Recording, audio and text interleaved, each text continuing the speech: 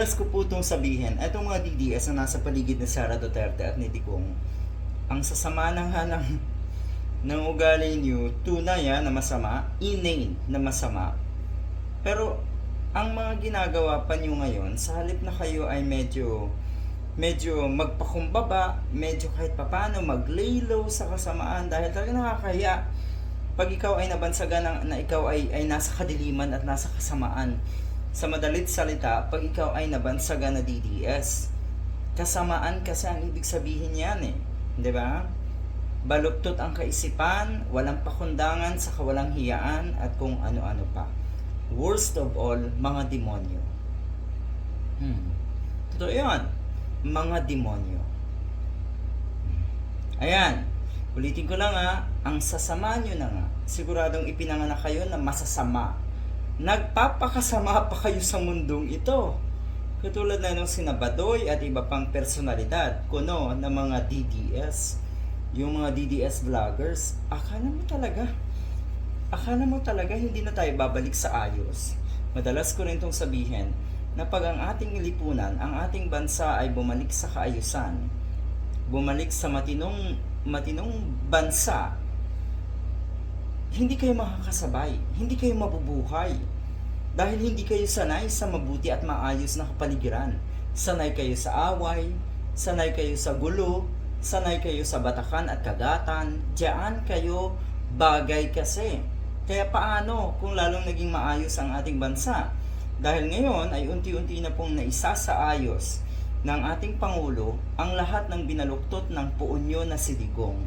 Ang lala, hindi umobra yung fake news tungkol sa pagiging bangag ng mga nasa Malacanang. Yung polvoron video na inilabas na itong sina Harry Roque. Tignan nyo naman ang itsura ni Harry Roque. Tignan nyo naman ang pinagsasasabi ni Harry Roque. Hindi siya normal. Baliw. Pag naging diehard ka pala, bukod sa kasamaan, nagiging baliw ka na rin. May kilala akong ganyan. Kilala ko mismo.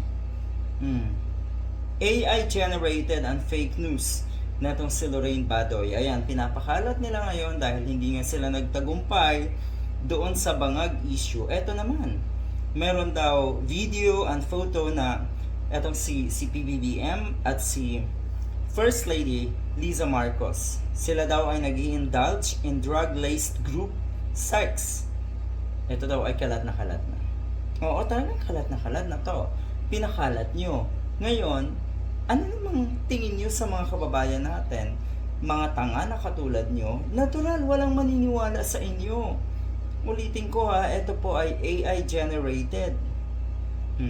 So akala siguro, yung sinasabi nilang taong bayan, totoong taong bayan, ay magagalit, mandidiri, di ba?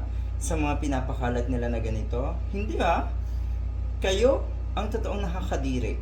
At kung kayo nakakadiri, pakialam naman ng taong bayan sa inyo. Ang sinasabi niyo taong bayan, yun po yung mga totoong kababayan natin na nag-iisip ng matino.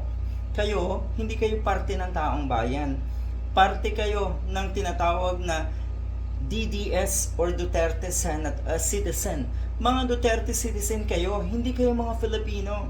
Dahil ulitin ko, hindi naman ganyan ang ugali ng mga Filipino na panira dito, panira doon, kawalang hiyaan dito, kawalang hiyaan doon, kademonyohan dito at kawademonyohan doon. Hindi ganyan ang Pinoy. So ibig sabihin, maliwanag, hindi kayo mga Pinoy.